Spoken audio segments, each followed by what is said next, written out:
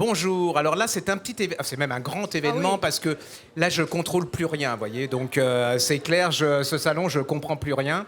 Et donc, j'adore Hélène Carrère d'Ancos, qui est secrétaire perpétuelle de l'Académie française, qui est une dame sous des aspects très classiques. Pleine de surprises, pleine de drôleries. Il ne faut pas vous y fier parce qu'elle peut être... elle a la formule qui peut tuer. Elle a l'air gentille comme ça, mais elle est pleine d'humour, parfois noire. Et elle a fait une chose qui est quand même que beaucoup d'hommes politiques qui habitent à Paris n'ont pas fait. Elle est venue naturellement au Salon de Saint-Maur, sur une place de marché. Elle va avoir très chaud, elle va dédicacer, elle va venir vous voir, elle va venir vous écouter. Et je trouve qu'on peut la remercier parce qu'elle donne une sacrée leçon à certains de nos politiques et de nos intellectuels.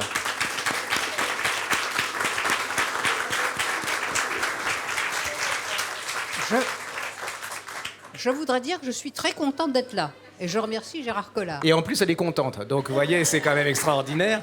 Donc, je suis très content parce que c'est une dame qui a une culture incroyable. Puis en ce moment, on est dans une période politique un peu particulière avec ce qui se passe par rapport au rapport à la Russie, à l'Europe. On est dans une période... Et cette dame est une des spécialistes de l'époque soviétique, de l'époque russe.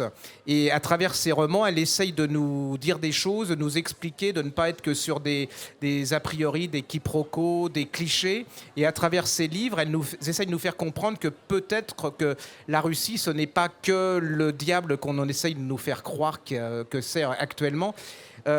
Hélène, si je vous disais une question stupide, mais ça vous avez l'habitude, quel est votre livre pour vous le plus important que vous avez écrit, la chose qu'il faudrait que... Voilà, c'est le roman, enfin le livre, l'essai qu'il faudrait que les gens lisent en premier pour vous connaître. Alors je dirais d'abord, c'est un livre qui est épuisé. Mais ça n'arrange pas, non, ça n'arrange pas. Non, mais je vais venir au présent.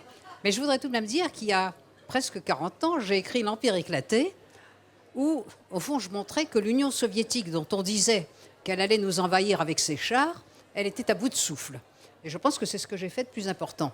Et puis, à l'autre bout du parcours, j'ai essayé, je dirais d'abord, de retracer 3 siècles d'histoire de l'Empire des Tsars, de l'Empire de Russie. J'ai écrit l'histoire des Romanov, mais c'était tout simplement pour montrer que c'était un grand pays européen et qu'il fait partie de notre civilisation et qu'il faut que nous fassions très attention. Si nous sommes privés de la Russie, si l'Europe est privée de la Russie, ce n'est plus qu'un petit morceau d'Europe. Et elle n'a pas de fenêtre sur l'Asie. C'est ça que j'ai voulu montrer. Alors j'ai des têtes d'autres livres, mais ça me paraît, je dirais, un appel à comprendre le monde dans lequel on est. Et en regardant le passé, en général, on comprend mieux. Vous avez écrit un livre sur les Romanov. Si on devait retenir quelque chose de cette famille qui est toujours contemporain, quelle serait un peu la morale de l'histoire de cette famille? Est-ce qu'il y a quelque chose encore de contemporain dans cette famille? Ce qu'il y a de contemporain, d'abord, si vous voulez, c'est une dynastie qui est née dans un pays très lointain. La Russie, quand cette dynastie est née au début du XVIIe siècle, on croyait que c'était un pays où les habitants mangeaient les petits-enfants. C'est exactement l'idée qu'on en avait en France. Et à cette époque-là, le plus grand pays, je dirais, dans la communauté internationale, c'était la France. C'est la France qui disait ce qui était bien, ce qui était mal, qui était important, qui ne l'était pas. Et on a mis du temps à rencontrer les Russes. Et on les a rencontrés il y a 3 siècles, quand Pierre le Grand, c'est le tricentenaire là, est venu à Paris. Et ce tricentenaire a été marqué il y a quelques jours par la rencontre entre notre nouveau président, c'est très contemporain, et Vladimir Poutine. C'est tout à fait symbolique. C'est-à-dire que ce nouveau président qui ne s'occupait pas beaucoup de politique étrangère a compris quelque chose.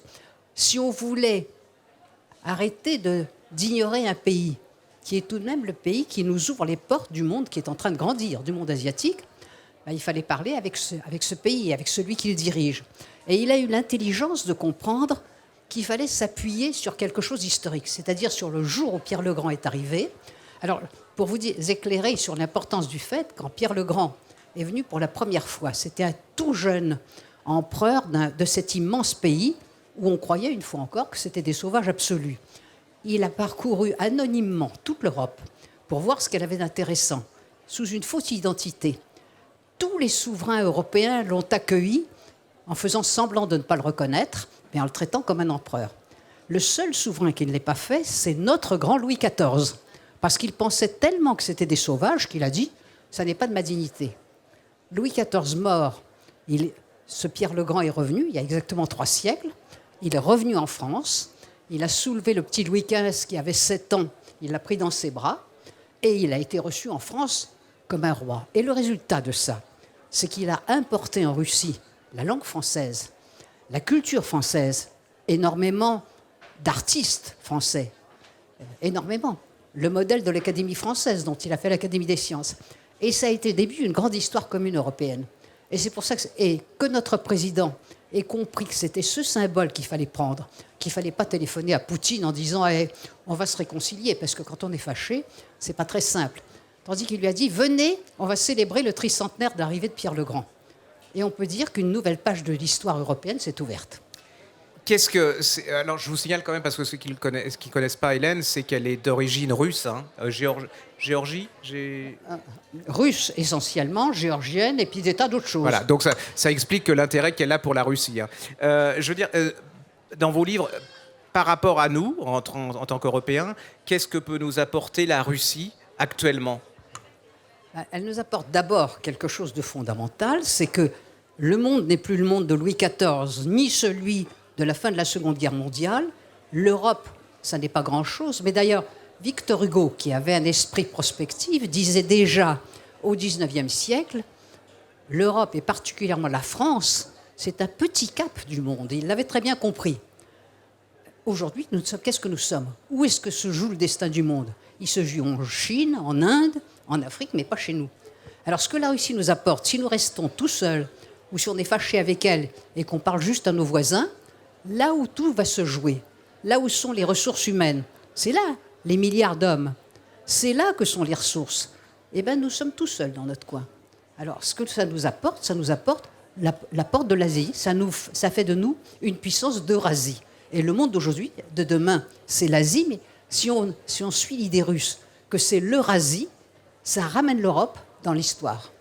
Voilà, alors, vous voyez, hein, c'est quand même ça. Voilà.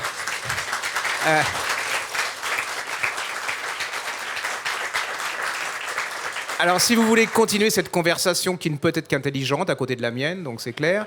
D'ailleurs, j'y parle très peu, enfin, voilà. J'ai trop honte. Mais vous pouvez la retrouver. Elle vient signer ses livres qui sont... Tout est en poche, hein, donc vous pouvez vraiment... Et elle aura un plaisir, mais vraiment... Je la connais, donc c'est vraiment une dame chaleureuse et généreuse. Et elle vous parlera avec plaisir et elle répondra à vos questions. Oui, je voulais juste rajouter une chose. Personne n'ignore que je suis sa fille. Juste rajouter, puisque Gérard a dit que c'est exceptionnel que maman vienne en banlieue, dans un salon, sur une place comme ça. Juste pour raconter une anecdote, pour qu'on comprenne quand même que voilà, tout n'a pas été toujours simple.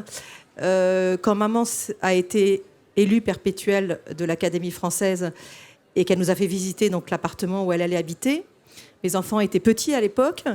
Ils sont arrivés, ils ont vu le dressing de maman, ils sont allés voir, ils ont dit « Maman, Hélène, t'as un dressing, mais c'est incroyable !» Et maman leur a dit « D'accord, j'ai un dressing, mais quand j'étais petite, avec ma famille, on a tous grandi dans un appartement qui faisait la taille de ce dressing, qui était meublé en Louis XV, parce qu'il n'y avait que des cartons, parce qu'il n'y avait rien d'autre. » Et elle a dit « Voilà, si vous voulez un jour passer du dressing à là où je suis aujourd'hui, il n'y a qu'une seule chose à faire, vous travaillez dans le respect des autres. » J'ai été élevée comme ça, c'était une féministe avant l'heure, mais une féministe au bon sens du terme, qui n'avait qu'une seule valeur, c'est le travail, le respect et l'amour des autres. Et je suis très fière d'être sa fille. D'accord.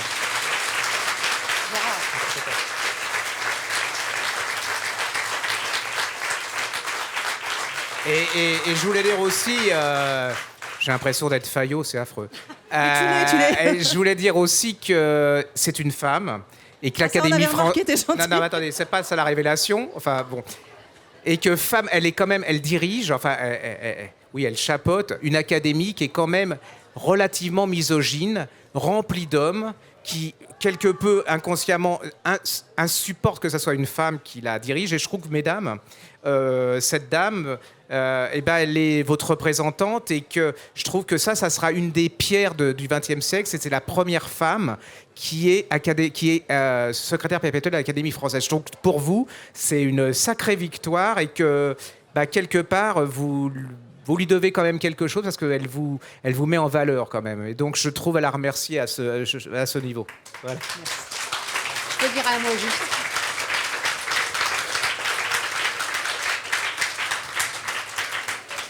Avant de vous quitter, je vais vous raconter quelque chose. Ça se rattache à ce que vient de dire Gérard Collard.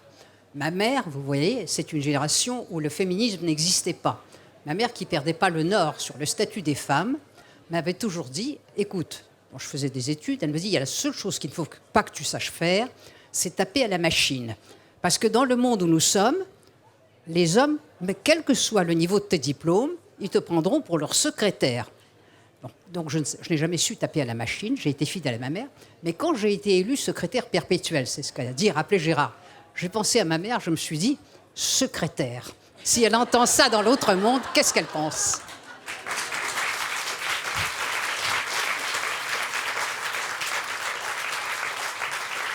Donc, si vous voulez retrouver une secrétaire qui a réussi sans taper à la machine, vous avez le secrétaire sans la machine qui vous retrouvera là-bas avec plaisir. Merci beaucoup.